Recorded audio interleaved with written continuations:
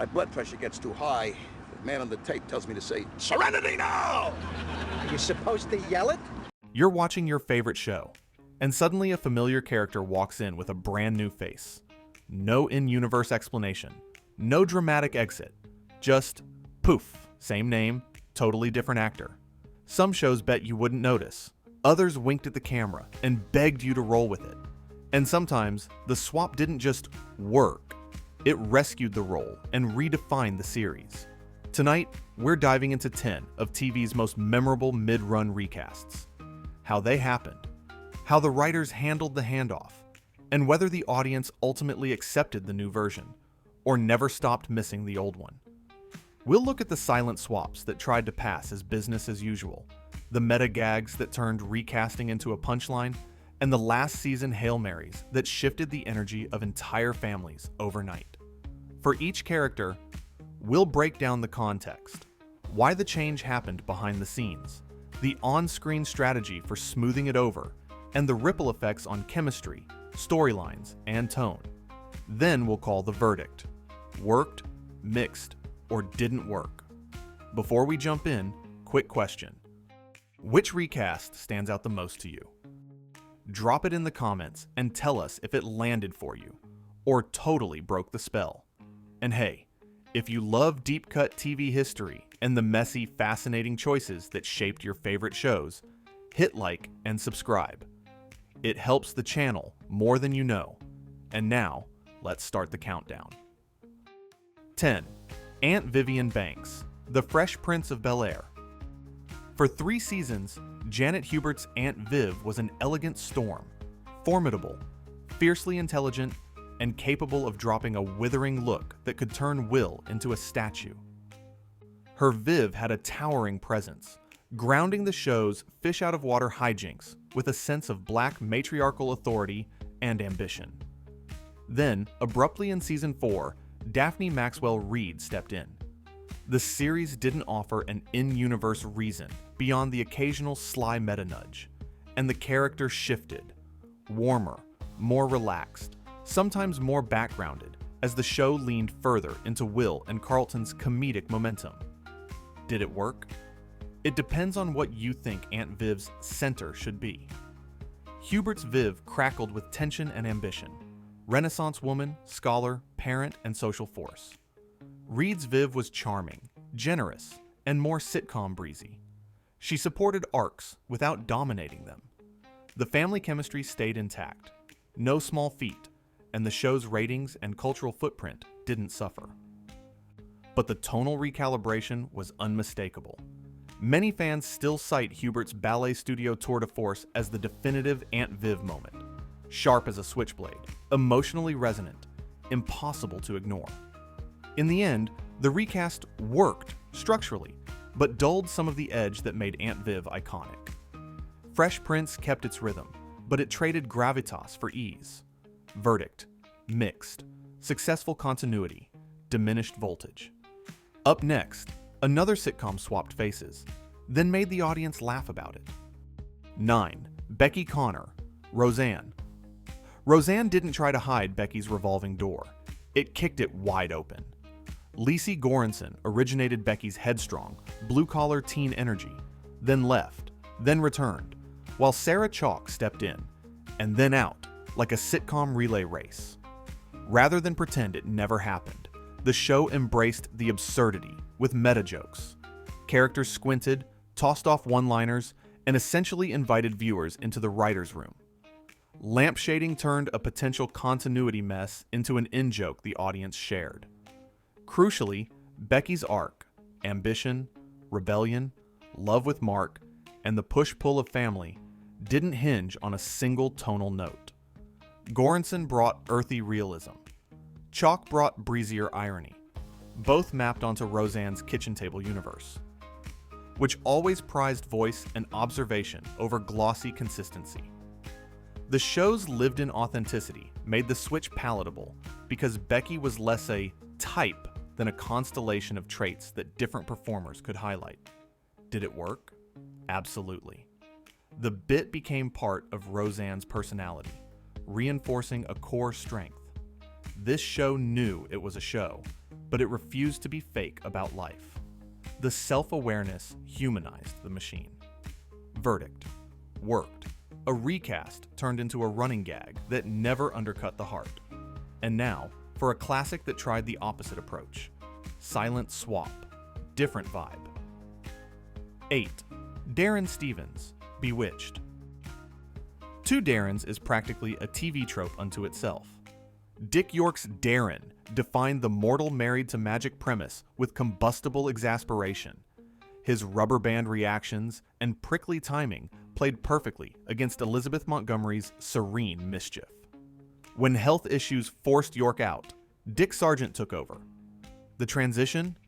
No in-universe explanation, just a new face in the same suburban frame. Bewitched still offered charming episodes, but the chemistry shifted. Sargent's Darrin was cooler, less combustible, and the tension that animated Samantha's spellbound domesticity softened. The show also hit later season fatigue. Plots tilted toward formula, ratings slid, and what once felt deliciously fizzy became cozy and predictable. Without acknowledging the swap, the series lost a chance to reset dynamics or build a fresh comedic engine around Sargent's strengths. Could it have worked with a different strategy? Maybe a playful acknowledgement or a recalibrated marital rhythm? Possibly. But in practice, the replacement felt like a color correction that drained contrast. Verdict: didn't work. Not a failure of talent, but a misread of the show's lightning-in-a-bottle alchemy. Next, a recast that tried to carry a Chaos Agent's spark, and couldn't quite hold it. 7. Laurie Forman, That 70s Show. Laurie Forman was the show's beautiful grenade. Lisa Robin Kelly radiated weaponized flirtation and sibling menace that detonated across the basement. Her Laurie wasn't just a mean girl. She was a force field of trouble that warped Eric's orbit and put Kitty's nerves through a blender. When Christina Moore took over, the series gave little explanation. The character returned, but the danger, Laurie's special mix of vinegar and charm, was harder to recreate. Moore is a capable performer, yet the timing of the recast collided with a show in tonal evolution. That 70s Show was widening focus to broader, ensemble-driven gags and relationship arcs. Laurie's brand of calculated chaos requires a razor-thin line between comedic cruelty and irresistible charisma. Without that exact balance, the character read as problem to park, not problem that powers plot. Soon after, Laurie faded from the story entirely. Fans noticed. The recast didn't torpedo the series, but it did close a lane of conflict that once made the Forman household crackle. Verdict: didn't work. The placeholder never became a presence. Still, when a matriarch changes, the entire home tilts. That lesson hits even harder in our next pick. 6. Harriette Winslow, Family Matters. For nearly the entire run, Jo Marie Payton played Harriette as the sturdy emotional backbone of the Winslow home. No-nonsense warmth, precise comic timing, and a low tolerance for Urkel detonations in her living room. In the final stretch, Judy-Ann Elder stepped in for the last 9 episodes with minimal explanation. On paper, a late-season switch might seem survivable. In practice, swapping a series' moral center that deep into its run is like changing a bridge while cars are crossing. Elder is a seasoned pro, but the audience relationship had already calcified. Harriette wasn't just the mom. She was the stabilizing frequency that kept the show from floating off into pure cartoon. The shift felt immediate. Line reads landed differently. Scenes that once hummed with familiar energy felt dubbed in a new key. The writers were also racing toward the finish line, and the show's focus had long since tilted toward Urkel-centric set pieces, leaving little runway to reintroduce the maternal texture. Viewers experienced whiplash. Same name, different gravity. Verdict: didn't work. Too late in the game. Too central a role.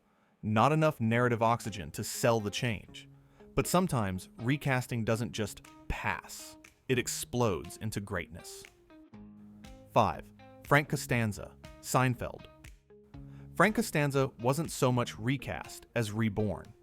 John Randolph played Frank in an early appearance, but the role was later reimagined and reshot, with Jerry Stiller unlocking one of the show's most volcanic comic engines. Stiller's Frank is pure compression and release, a man who treats holiday alternatives and cookware like matters of national security. He doesn't enter scenes, he detonates into them. This is the rare case where a recast becomes canon, not by pretending the past didn't happen, but by obliterating any memory of a previous take through force of personality. Stiller's rhythm matched Seinfeld's heightened neuroticism.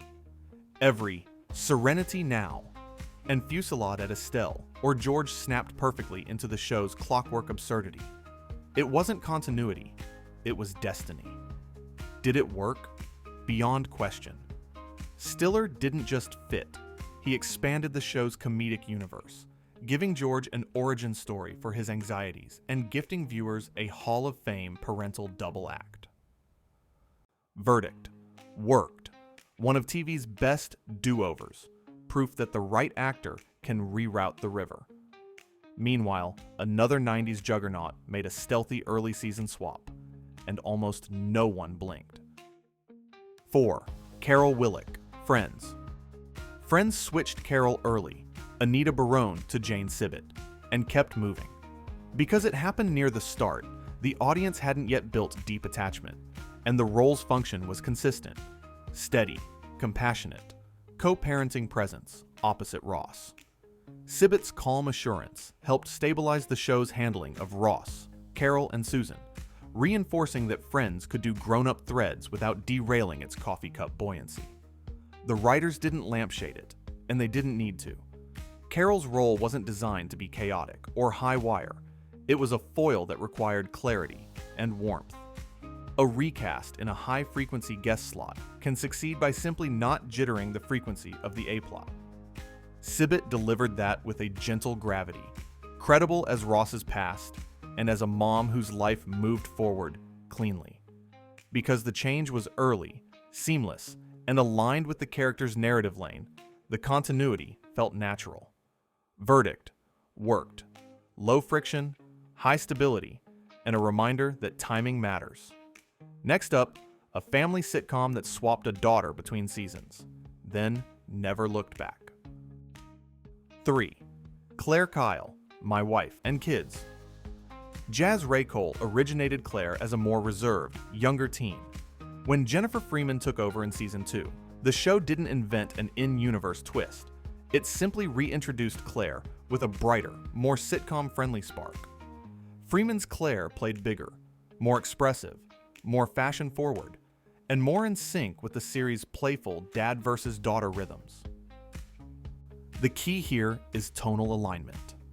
My Wife and Kids lives on heightened domestic gamesmanship, parental schemes, sibling ruses, and the Michael Kyle playbook of life lessons wrapped in pranks. Freeman's energy plugged directly into that circuitry, and storylines rose to meet it.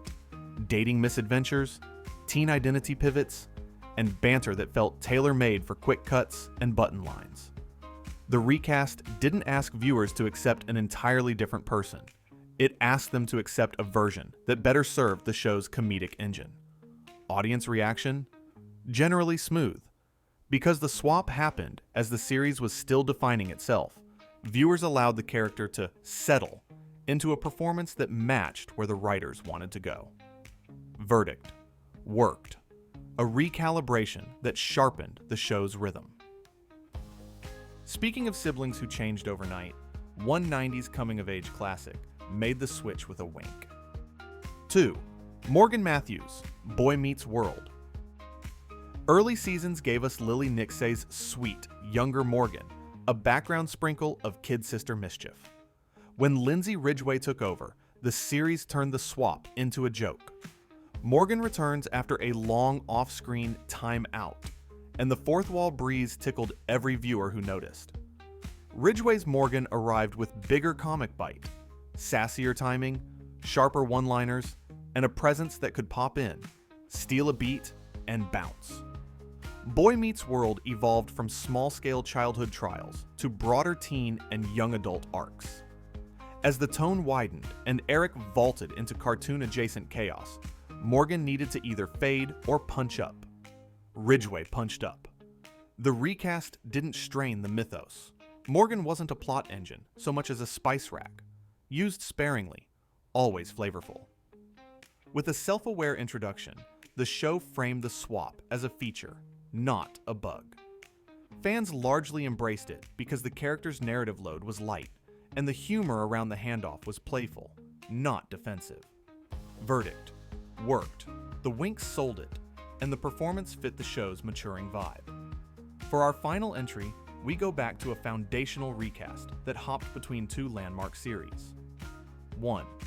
Lionel Jefferson, All in the Family, The Jeffersons. Lionel Jefferson toggled between actors as the character migrated from All in the Family into The Jeffersons. Mike Evans originated Lionel's cool confidence, the son who could verbally rope a dope Archie Bunker with a grin. Damon Evans, no relation, stepped in for stretches. Then Mike Evans returned later. The handling was straightforward. No meta jokes, no lore patches. Just a new actor on a well-drawn role. Why mixed? Because Lionel's value lived in nuance. The character's spark was a precise chemistry, easygoing wit, a son's affection, and a quiet refusal to be diminished. Mike Evans's version set the template. His rhythm with Archie and George felt effortless, a cultural judo that turned bias into punchlines. Damon Evans maintained continuity, professional, credible, but the intangible click, with scene partners varied by episode. The Jeffersons thrived regardless, but viewers noticed the oscillation. Still, the recast didn't injure the franchise, because the show's comedic centers, Archie's tunnel vision, and George's combustible ambition, were massive suns. Lionel orbited those forces. He didn't have to drive them. Verdict: mixed. A serviceable baton pass that kept the machine running, even if the magic wasn't always at full wattage. Conclusion: if there's a rule book for recasts, it's written in pencil. The swaps that succeed do three things well. First, they honor the character's function in the story world.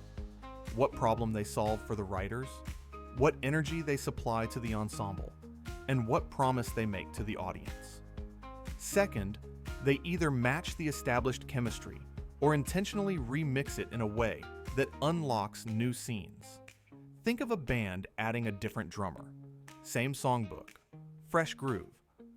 Third, they manage the handoff with emotional intelligence. A quick wink, a graceful silence, or a story beat that resets expectations without feeling like homework. Where does it fall apart? When a show tries to pass a different soul through the same doorway. Leads and linchpins are particularly fragile. Viewers have a parasocial bond with not just the character, but the performance grammar, the micro-timing, the look away before a punchline, the way a voice softens on a confession. Trade that out without recompense, and fans feel swapped too. Late-run recasts are the hardest of all because audiences are fluent in the old rhythm and the writers have less runway to teach a new one. So, if you're a showrunner, or just an obsessive fan keeping score, here's the shorthand. Supporting roles can glide with minimal turbulence. Recurring foils can thrive if the replacement heightens contrast. Matriarchs and gravity wells require a narrative airlock. And when in doubt, let the new actor win scenes on purpose. Give them an undeniable showcase early, so viewers decide with their eyes, not their memory. We've seen all three verdicts tonight. Worked, mixed, didn't work, and each says something about why TV sticks in our bones. Faces change. What keeps us watching is the spark between them. Now tell me, which swap we missed deserves its own segment? And did it soar or sink?